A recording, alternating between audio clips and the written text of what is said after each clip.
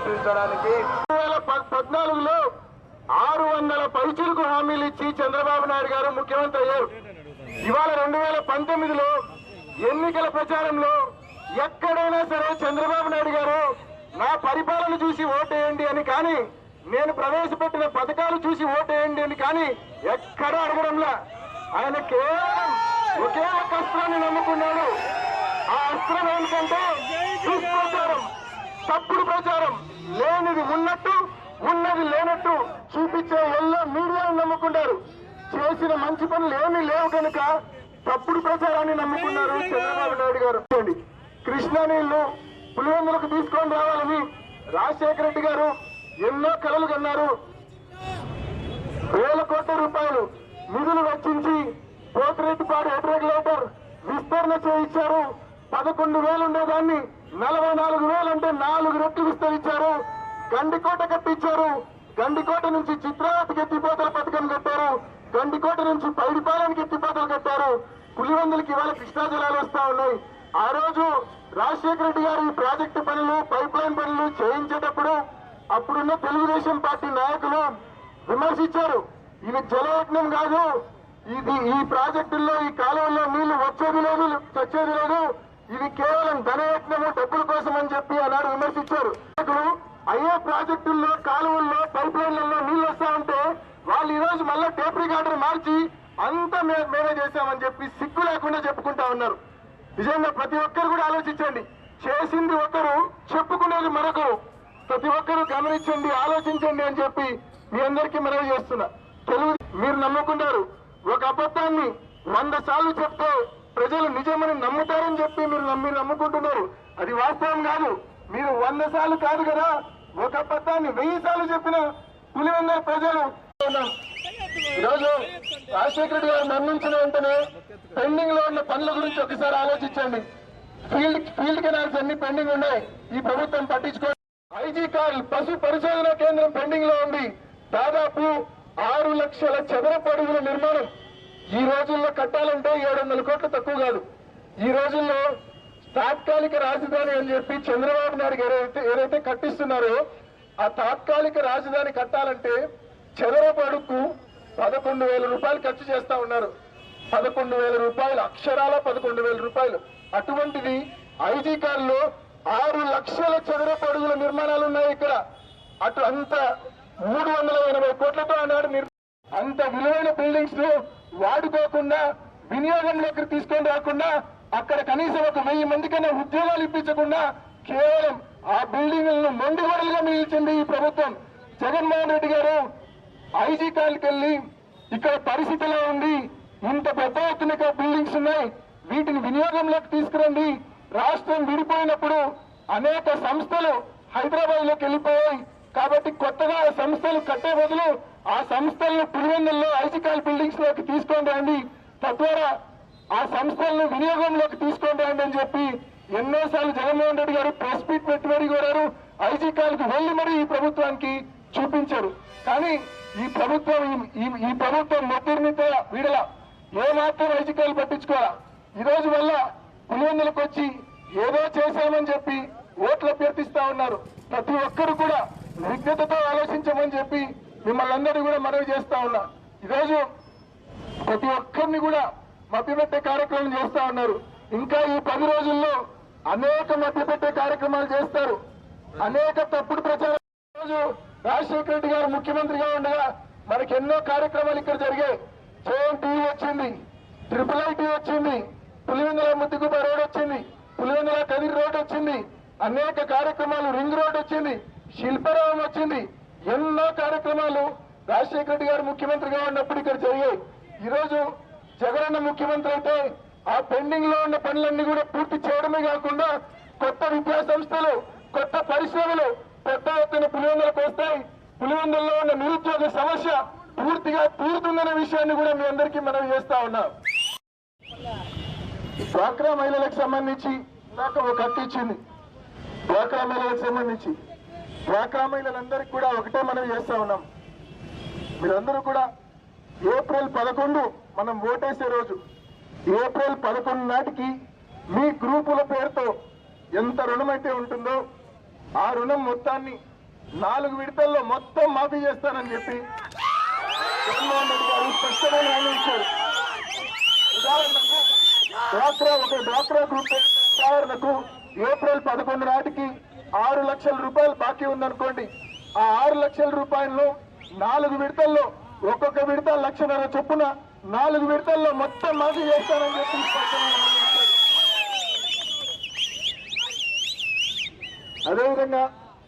అదేవిధంగా అమ్మఒడి పథకం తీసుకొని వస్తున్నాడు. అమ్మఒడి పథకం ద్వారా పిల్లలను బడికి పంపిస్తే సంవత్సరానికి 15,000 రూపాయలు తల్లి ఖాతాలో వేస్తామని చెప్పి చెప్పారు. ఎస్సీ, ఎస్టీ, బీసీ మైనార్టీలకు సంబంధించిన మహిళలకు 45 సంవత్సరాల వయసు పైబడిన మహిళలకు ప్రతి ఒక్కరికి కూడా ఉచితంగా 75,000 రూపాయలు ఇచ్చే ఏర్పాటు చేస్తామని చెప్పి స్పష్టమైన హామీ ఇచ్చారు. ఇవాళ రాజశేఖర రెడ్డి గారి హయాంలో పులివెందులలో పెద్ద ఎత్తున ఇల్లు నిర్మించారు. వేల సంఖ్యలో ఇల్లు నిర్మించారు రాజశేఖర రెడ్డి గారి హయాంలో. ఆయన మరణించిన తర్వాత ఈ 9 సంవత్సరాల్లో అసలు ఇల్లు ఏమైనా మంజూరైనాయా అని చెప్పి నేను అడుగుతా ఉన్నా. పట్టుమని 10 ఇల్లు కూడా మంజూరు కాలే గడిచిన 9 సంవత్సరాలుగా. కానీ జగనన్న ప్రభుత్వం వస్తే మళ్ళీ రికార్డు స్థాయిలో ప్రతి ఒక్కరికి కూడా ఇల్లు మంజూరు చేయించే కార్యక్రమం జరుగుతుంది. రాజశేఖర రెడ్డి గారి హయాంలో నిర్మించిన ఇళ్లలో ఏవైనా డ్యామేజ్ అయ్యి ఉంటే వాటి మరమ్మతులకు కూడా ప్రత్యేకంగా నిధులు వెచ్చించే కార్యక్రమం కూడా ఖచ్చితంగా జరుగుతుందని చెప్పి మీ అందరికీ ఆదినారాయణ రెడ్డి అనే వ్యక్తి నిలబడ్డాడు. ఆదినారాయణ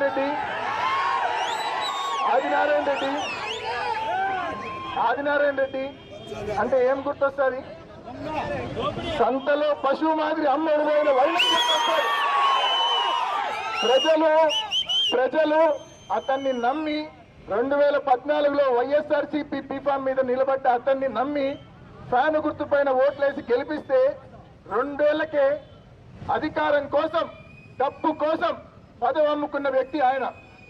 అధికారం కోసం డబ్బు కోసం పదవి అమ్ముకున్న వ్యక్తి ఒకవైపు, మరోవైపు జగనన్న ఆదేశిస్తే ప్రజల ఆకాంక్షలను పట్టించుకోవడం కోసం రాజీనామా చేసిన ఒక వ్యక్తి మరోవైపు. ప్రజల ఆకాంక్షల కోసం, ప్రజల సమస్యల కోసం పదవులు త్యాగం చేసే వాళ్ళు కావాలా, లేదా ప్రజలను అడ్డం పెట్టుకొని ప్రజలు ఇచ్చే పదవులను అమ్ముకునే వాళ్ళు కావాలా ఆలోచించమని చెప్పి వాళ్ళందరూ కూడా మనం చేస్తా ఉన్నాం. మీ అందరి దీవెనలు, మీ అందరి ఆశీస్సులు రాబోయే ఎన్నికల్లో జగనన్నకు, నాపై మీ అందరి ఆశీస్సులు ఉంచమని ఈరోజు మీరు ఒక్కటి గమనించండి. 5 ఏళ్ళు అవుతుంది. ఒక్క 10 వర్షమైనా పడిందే మనకు? ఒక్కటంటే ఒక్క 10 వర్షం వల్ల మనకు 5 ఏళ్ళు అవుతుంది. అంతకుముందు రాజశేఖర రెడ్డి గారు పరిపాలించినప్పుడు 5 ఏళ్ళు వర్షాలు పడినాయా లేదా? ఈ 5 ఏళ్లలో ఒక్కసారి వర్షం వల్ల. మరి దౌర్భాగ్యం పోవాలా అవుతాం మనకు? ప్రభుత్వం, దేవుని ఆశీస్సులున్న ప్రభుత్వం, ప్రజల ఆశీస్సులున్న ప్రభుత్వం, వైఎస్ఆర్సీపీ ప్రభుత్వం రావాల్సిన అవసరం ఉంది. వస్తే సకాలంలో నవరత్నాలు లాంటి ఏర్పాటు చేసి వారి అభ్యున్నతికి తోడ్పడతానని చెప్పి జగన్మోహన్ రెడ్డి గారు స్పష్టమైన హామీ ఇచ్చారు. ఎస్సీ, ఎస్టీల తరహాలోనే మైనారిటీలకు కూడా సబ్ ప్లాన్ తీసుకొని వచ్చి అత్యధిక నిధులు మైనారిటీ సబ్ ప్లాన్ ద్వారా మైనారిటీలకు వెచ్చిస్తారని చెప్పి కూడా స్పష్టమైన హామీలు ఇచ్చారు. ఖచ్చితంగా ఈరోజు జగన్మోహన్ రెడ్డి గారు పాదయాత్ర ముందు ఒకలా ఉంది పరిస్థితి, పాదయాత్ర పూర్తయినాక ఒకలా ఉంది పరిస్థితి. ఇవాళ జగన్మోహన్ రెడ్డి గారి పాదయాత్ర పూర్తయినాక రాష్ట్ర వ్యాప్తంగా అనంతపురం నుంచి శ్రీకాకుళం వరకు ఏ గ్రామంలోకి ఎక్కడికి వెళ్ళి ఎవరిని అడిగినా వచ్చేది జగనే అని చెప్పి, వచ్చేది జగనన్న ప్రభుత్వమే అని చెప్పి ప్రతి ఒక్కరూ. మామూలుగా చాలా మందిని మనం చూస్తూ ఉంటాం, పార్టీలు పెడతారు, అది ఆ పార్టీ అధికారంలోకి రాకుంటే మూసుకుంటారు. కానీ మన పరిస్థితి అలా కాదు. రాజశేఖర రెడ్డి గారు మరణించి 9.5 సంవత్సరాలు అవుతుంది. ఈ 9.5 సంవత్సరాలుగా ఎన్ని సవాళ్లు ఎదుర్కొన్నాడో, ఎన్ని ఇబ్బందులు ఎదుర్కొన్నాడో, ఎన్ని కుట్రలు ఛేదించాడో మీ అందరికీ తెలుసు. మనమంతా చూస్తూనే ఉన్నాం. కాబట్టి ఈరోజు ప్రజలంతా గమనిస్తా ఉన్నారు. ఖచ్చితంగా 14 మాసాల పాటు 3,648 కిలోమీటర్లు ఆయన పాదయాత్ర చేశారు.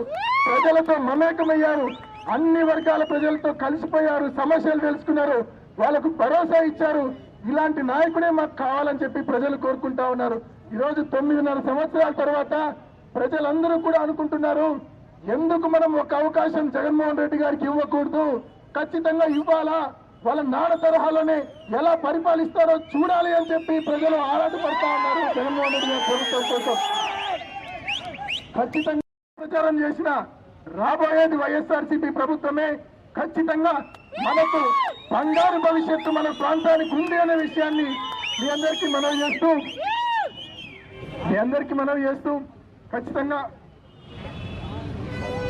మన నియోజకవర్గం నుంచి ఎమ్మెల్యే అభ్యర్థిగా నిలబడుతున్న మన ప్రియతమ నాయకులు శ్రీ వైఎస్ జగన్మోహన్ రెడ్డి గారిని, అదేవిధంగా పార్లమెంట్ సభ్యునిగా నిలబడుతున్న నన్ను వైఎస్ అవినాష్ రెడ్డిని మీరందరూ ఆదరించి ఆశీర్వదించి ఫ్యాన్ గుర్తుపై ఓటు వేయించి మమ్మల్ని గెలిపించమని, మమ్మల్ని దీవించమని మమ్మల్ని పేరున మనం చేసుకుంటున్నాం.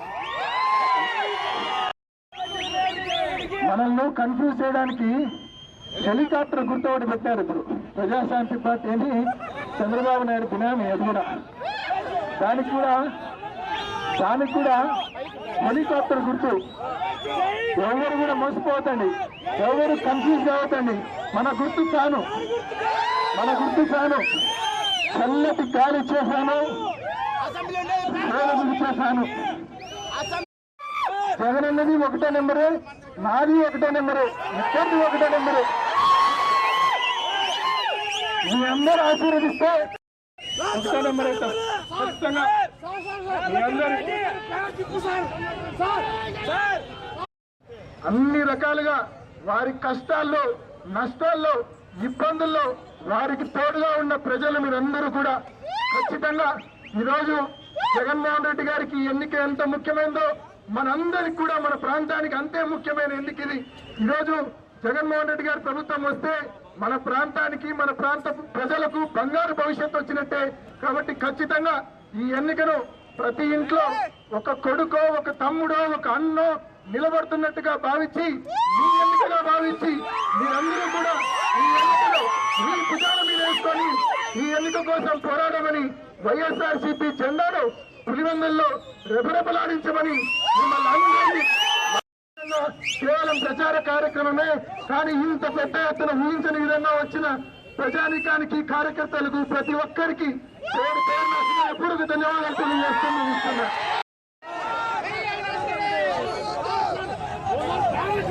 ప్రభుత్వంలో విలీనం చేస్తానని చెప్పి స్పష్టంగా ఇచ్చారు.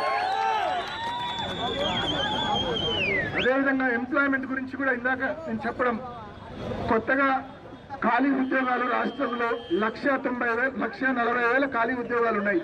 అదేవిధంగా ఈ 5 ఏళ్లలో ఏర్పడిన ఖాళీలు మరో 90,000 ఉన్నాయి. మొత్తం 2,30,000 ప్రభుత్వ ఉద్యోగాలు ఖాళీగా ఉన్నాయి.